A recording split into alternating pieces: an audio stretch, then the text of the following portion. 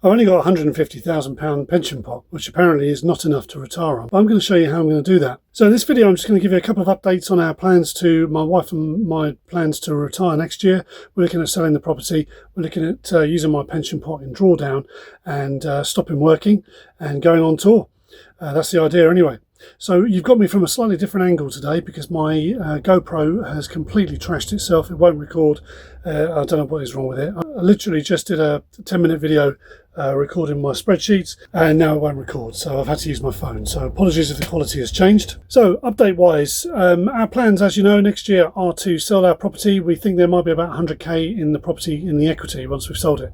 I've got 150,000, 160,000 now pension pot, which is all now over into my SIP, which is I've transferred my defined contributions pension, which I struggled with for a while, and I managed to transfer that over. As of next March, April time, after I turn 55, we are going to be accessing that, taking the 25% lump sum, using that to purchase a tow vehicle. We're keeping the caravan.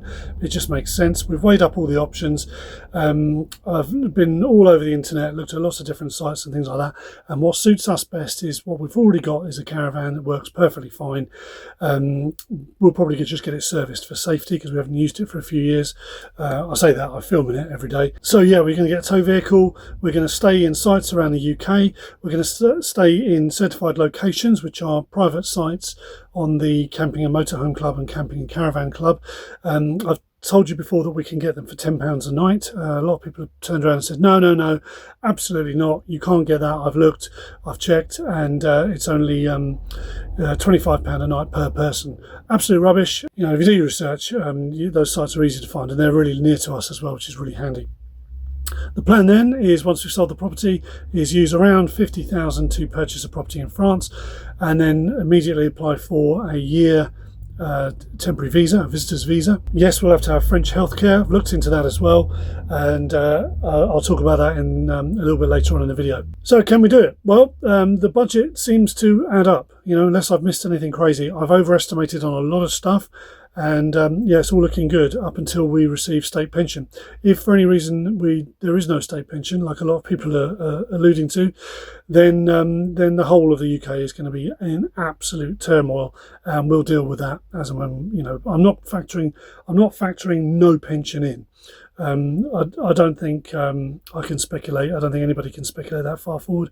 Currently, there is a pension available. Currently, they're providing pensions.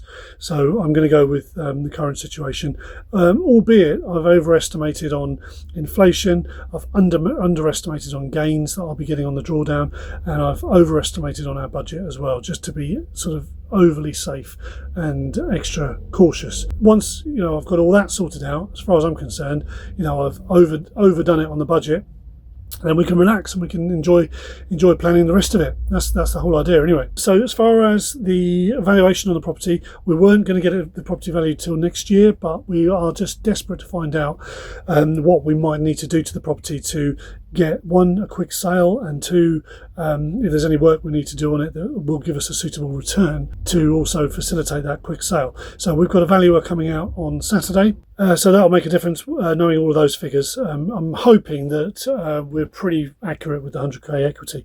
Hoping we're not wildly wrong on that, but we will soon find out. I nearly didn't do a video today. I had a bit of an emergency yesterday. We had my daughter was taken into hospital. She's 27. She had a bit of a funny turn.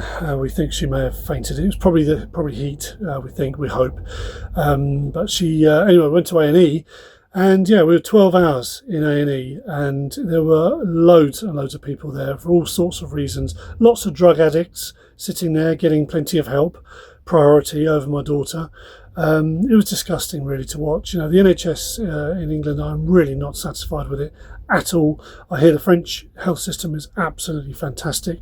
They have a 3-hour wait time on average. Over here, our proposed wait time is supposed to be, they aim to get it to 4 hours. Every time I've been to A&E, which is over the last 10 years, probably about 3 times, it's been over 12 hours every single time. It's rubbish, utterly useless. They're just understaffed, but you got all these top bods who are earning absolute fortunes, and something's going wrong somewhere, isn't it? So yeah, none of us got any sleep last night at all, so I think I look pretty good for that. to be honest. So I'm going to go into the spreadsheet. I recorded a little video earlier with all the spreadsheet details. I'm just going to run through that with you as well. Before I do that, I want to say a massive thank you to Defeffel Blog and to John Dinsdale for your super thanks donations just since the last video. Much appreciated. Thank you very much for that. And thanks also to all the people that have subscribed to the channel since the last video. There's been quite a lot of interest in what we're doing, and you know, I'm glad to entertain. I'm glad to you know, keep you updated with what's going on.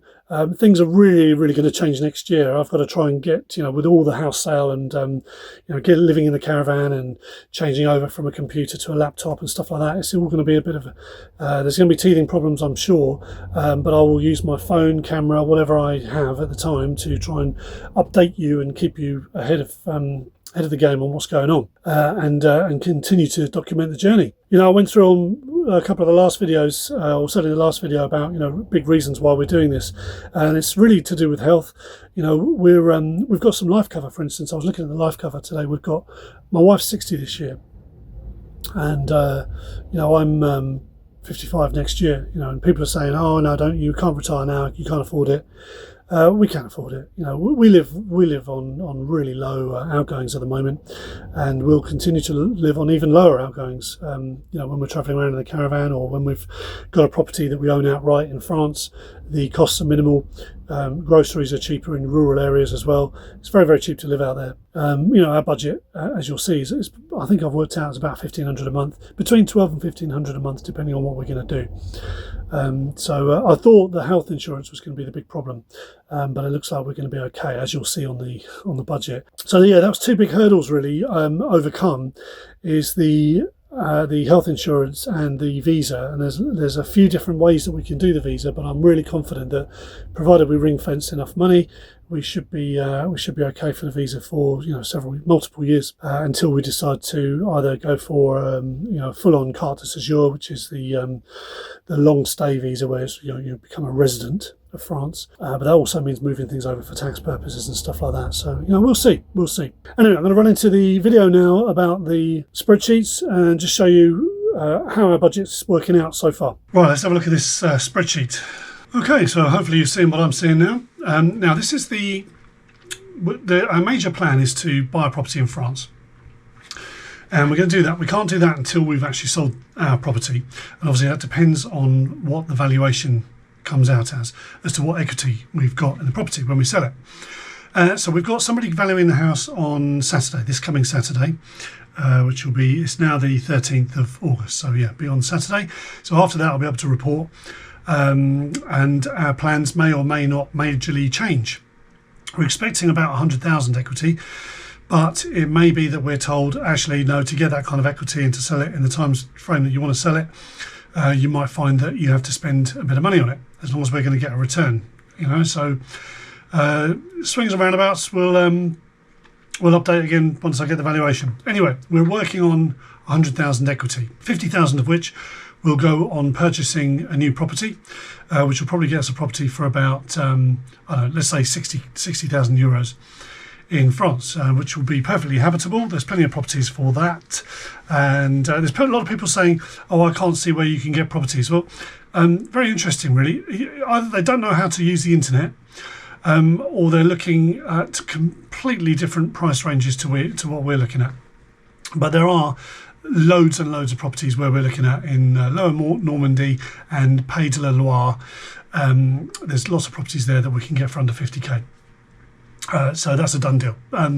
Yes, it might require a little bit of work, but you know, we can do that over the years.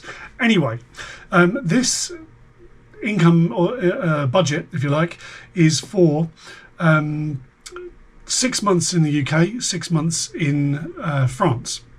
So I've been developing this as we go. So we've got a monthly outgoings here of 1,565. Key things to point out on here are our shopping or groceries. Let me just put groceries for those Americans watching. £300 a month. We spend about that now while we're in our house. And we cook. We don't go out for meals ever, literally. The odd fish and chips, maybe once every 2 months. So site fees, I've halved that. So that's based on £15 per night. Some people are saying, oh no, you can't get certified locations with the Caravan Club. You can't get those for any more than £25, and that's per person. Absolute rubbish. Again, clearly don't know how to use the internet.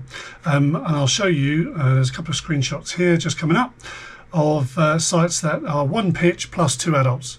As you can see there, £10 a night. I found another one earlier today, £9 a night. In fact, they do a deal for £54 a week. So if you did that over a month, that's, you know what, just over 200 quid a month. So, and then of course I've halved that on here, as you can see there, divided by 2. So groceries, £300 a month. The other thing you'll note I've added on here, life insurance. We've currently got some life insurance policies which were taken out to protect the mortgage if one of us was to drop off our perch. And but we're going to continue that. It's 5 years left to run. That would be worth keeping because we can still have that while we're staying abroad. I've checked, and that's no problem at all. So that could potentially be helpful if one of us was to die within the next 5 years. Hopefully that won't happen, but that's why we're doing everything right now. Then we've got French health insurance. Now, I've been quoted a number of quotes. I quoted with AXA insurance just because it was the first one that came up on the Google search. They are extortionate. They want about £2,000 a month. So that would completely blow our budget. And it was like, I looked at that and thought, there's no way we're going to France. That's it. That's France. You know, when they said on Apollo 13, we've just lost the moon, that's how I felt. We've just lost France. However, shopped around and we can get it for £300 a month for both of us. And that would only be for the first year. So I've put that into my drawdown calculator, which you would have seen before. So that would mean that, so our outgoings, I'll just show you back on here, income amount, so I've got £400 a month from my wife's pension, monthly drawdown required £865 to meet the £1,565 a month. Other income, I've got a couple of YouTube channels, and my wife is in the process of getting some books on Kindle. We anticipate by the end of the year that we may have a regular income of about £300 a month. It's a very, very conservative estimate, but we estimate around that. So that plus the £400 a month means we only need to find £865 a month on drawdown. So drawdown will work out at £10,380 per year. Timescale of 7 years. 7 years because my wife is 60 this year.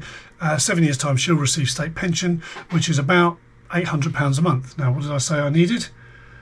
I needed about £865 a month, right? So after 7 years, based on that, we'd still have, and this is based on inflation of 5%. Now, the CPI, say, is 3.5%. I was originally basing it on 10% inflation. It's not 10% inflation. If it was 10% inflation, interest rates would be massively higher, in which case stock markets would be growing much higher, savings rates would be much higher, and everything else. So I'm talking reality, and reality is that inflation, I've put in 5%, so it's more than the CPI, right? And the rate of gain, and again, conservative, I'm confident I can get 8%. And most other investors, serious investors, are confident that over a period of, or certainly over a period of the last 5 years, you can get 8%. So I've gone a bit conservative just because we've got all sorts of market problems, which I've alluded to before, some very volatile markets. So let's go with 5%, right? So inflation at 5, rate of gain 5, that's zero gain whatsoever. Well, I could probably guarantee a 3% gain on that balance if I had it in interest only in my SIP. If I took it all out as cash, I'd get at least 3%, and I can probably get 4% in ISAs. And again, if inflation goes up, interest rates are likely to go up as well, in which case savings rates will go up. But let's base it on what we see now. In fact, I've overestimated. So after my 25%, let's just go back onto here. Right hand side, pension pot is 160 currently. I'm hoping it'll be more than that come the end of the year. Lump sum after my purchases, so we've got a tow vehicle up to 15. I reckon I can get one for about 12. Service the caravan just to make sure all the gas is safe. Debts of 10 grand, clears all those off. So we have no debt whatsoever. 2 laptops for £1,000. I've revised that down. I did say 2 grand for a laptop because I need one that's capable of editing, but I've shopped around a bit more after a viewer told me to, and I did. or advised me to, and thank you very much. So that's, yeah, I can probably get 2 laptops now for £1,000, fairly decent ones. I'm thinking of running an Ubuntu Studio on one, so I'll try and get one without an operating system. There's a lot of free software that I can use on there. Anyway, caravan window, £1,000, needs fixing. It's got a big crack in it. I'd like to get that fixed. To replace that would be about £1,000. Maybe cheaper if I can actually do it myself. So that's 27,250. Take that off of the pension pot, leaves me with 12,750, which I've then added to what's left. If that makes sense. So now we've got 132,750 in the pot, giving me my drawdown. Drawdown after 7 years at 10,380, calculating for inflation and some gains, I'd have 46,000 left. After 7 years, my wife's pension of 800 will replace that, so we won't actually have any drawdown. So then if I was to remove that drawdown out of the calculation, let me see if I can do that. All right, there we go. So what I've done is I've replaced some of the calculations. So that goes from 46,794 down to 40,623 because I'm not drawing from it. After 7 years at 2% SIP fees. So the fees will just eat away £6,000. It's amazing, isn't it? My SIP fees are, including my investment fees, are only 1%, so it'd be less than that. So there'd probably be about 43,000 left. But it's just an example, really. It's just to show you that, you know, we'd have 46 grand left. Then my wife's pension kicks in. Then this would only have to last us for 5 years, because I would then get my pension, which is, you know, another £800 a month or more. So then after 5 years, we'd have 42,000 still left in the pot, and we wouldn't need any drawdown at all. In which case, hopefully, that could gain, if I'm investing it right, that could actually gain money. So, yeah, so our numbers are adding up nicely. I think I've included most things on here. You know, caravan club, I've put in the boat club. We probably won't even have that. Electricity, an estimate from the French house. If I've got a French house with a garden, I'm going to put a whole solar array in there, and I'm not going to be using any cost me probably a couple of grand to set up the battery bank and the inverter and the charge controller, but apart from that I've got all the solar panels and everything else, so we'll probably run most of it off grid, but that could cover something else, you know, like gas. Ferry trips going back and forth. So the idea really is to get hold of a visa. We'll then have enough money in the bank. So if we've spent 50 grand of the equity in the house and we've got 100,000 equity, the other 50 grand can stay in the bank for savings, and we just ring fence that to show that we can afford to stay in the country for the year that we've applied for the visa, and then we just go on for a year-on-year reapplication every year. We've got friends who do exactly that, and they do it with a combination of savings and income. So we'll have both as well. We'll have savings, mainly savings, and some income.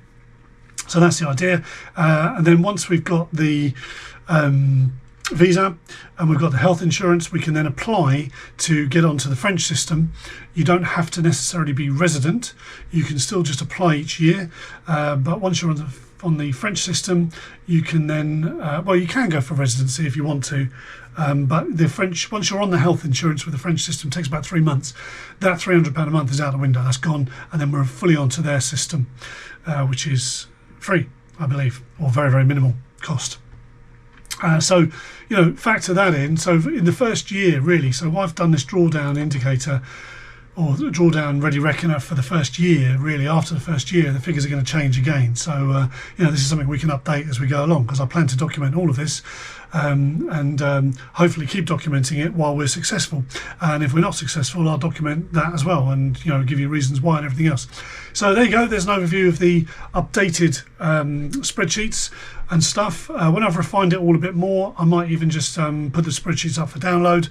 I know some people are saying, oh yeah, you know, you don't want to do your own spreadsheets, do it online. I like to do my own. I like to know how all the figures work. I know how they all relate to each other on different sheets and everything else. It all makes sense to me, and it helps me really narrow down and get excited, really, that the budget seems to be working out. So anyway, back to the main video. Right, hope that wasn't too technical. I've tried to cut it down as best I can, but yeah, there's a lot going on there, I know. But I'm on that sort of every other day, just checking out, checking the figures, checking them against our current direct debits, our current outgoings. When we go on holiday, we're going on holiday to, I say on holiday, it's a bit of a recce really, because we're going to a town that we've actually been looking, we've got our eye on some properties there that have been on sale for quite some time, and they keep getting reduced and they're not selling. So we're going to go and check them out, and we're going at the end of August. So we're really looking forward to that. It's a trip to France. I haven't been to France for a long time. Although, as I said before, we've spent a lot of time in France, so we know it really well. We're just going to see if it's changed too much. Last time we went to France was 2018, 2019, about 6 years ago. So it kind of changed that much. I don't think it has. And so we're going to have a good old look around, this town. As I say, do a recce, check the area out. We're also going to do some shopping exercises and have a look around the shops at things we would normally buy in a week, and work out what our budget is. Our budget right? Is our grocery budget right? And that will give us a really good idea, because it's a pretty rural area we're going to. If we can find a supermarket, I've been looking on Google Earth, and you zoom in and you go down a street view, and there's literally houses, lots of houses, the odd tobacco, which is just like a corner shop, magazine shop. No supermarkets anywhere, but you can't always drive, the Google car can't always drive down certain roads, so it's a little bit limited. So it doesn't get a full snapshot of the town. So we need to have a good old look around, and there'll be plenty of people there we can ask. There's an estate agent there that we're already in touch with, that we're going to pop into, that's in that town, and have a word with them. And yes, we speak the language. We'll always have a go. Most estate agents down there will speak English, but it's courteous to have a go first, which is what we'll always do. And I'm sure they'll give us some directions as to where. Most towns also have a tourist info centre. They love their tourist info, so they'll know where the supermarkets are. So that's the plan. We're also rehoming our chickens towards the end of the month. I think I've told you that already. And then just before we go on holiday, there are some other factors that we really need to take into account. One of them is our daughter lives with us currently, and does plan to move out by the time we obviously sell the property. But there's going to be, that may mean that we have to change some plans around that to help her out. But I'll go into that in more detail, as I did on the membership video. As far as membership's concerned, obviously we've switched on memberships now. If you did want to support the channel further, we have a couple of membership options where you'll get certain videos like this one early before it goes public, and there's also some behind the scenes stuff and more in-depth stuff that I wouldn't really want to share on here. So I think that's all from me. I want to keep the videos reasonably short. I don't want to go too mad, but I will update soon and get back to you. And obviously I'll try and reply to as many comments as I can. I do read all comments, even the non-sensible ones, but they just get blocked. I don't mess about. But I know there's a lot of you watching who, or have been watching, who are in a similar position, or you're considering doing the same. So if you haven't already subscribed, please subscribe to the channel and stick the notifications on, so when I upload a video, which is usually every couple of days or so, with updates, hopefully that will just kind of help, really, just seeing how other people are doing it, And just one last point I wanted to mention. I've been, one of the videos that really helped me kind of deciding whether we're going to do a motorhome, a camper van or a caravan, was by a guy called Andrew Ditton. And I actually met him in my hometown a little while ago, probably last year sometime, when I was flying my drone. And he's got a really good, his YouTube channel is called Andrew Ditton, and he talks all about motorhomes, camper vans and caravans. He's very experienced in all of that, and I'll put a link to the video that I watched in the description, because it's really informative. So if anyone's thinking of doing the same, looking at weighing up the options, he goes into all the pros and cons, 5 pros, 5 cons for each one. It's really helpful video. So in the meantime, appreciate you all watching. I will see you as soon as possible on the next update. Cheers.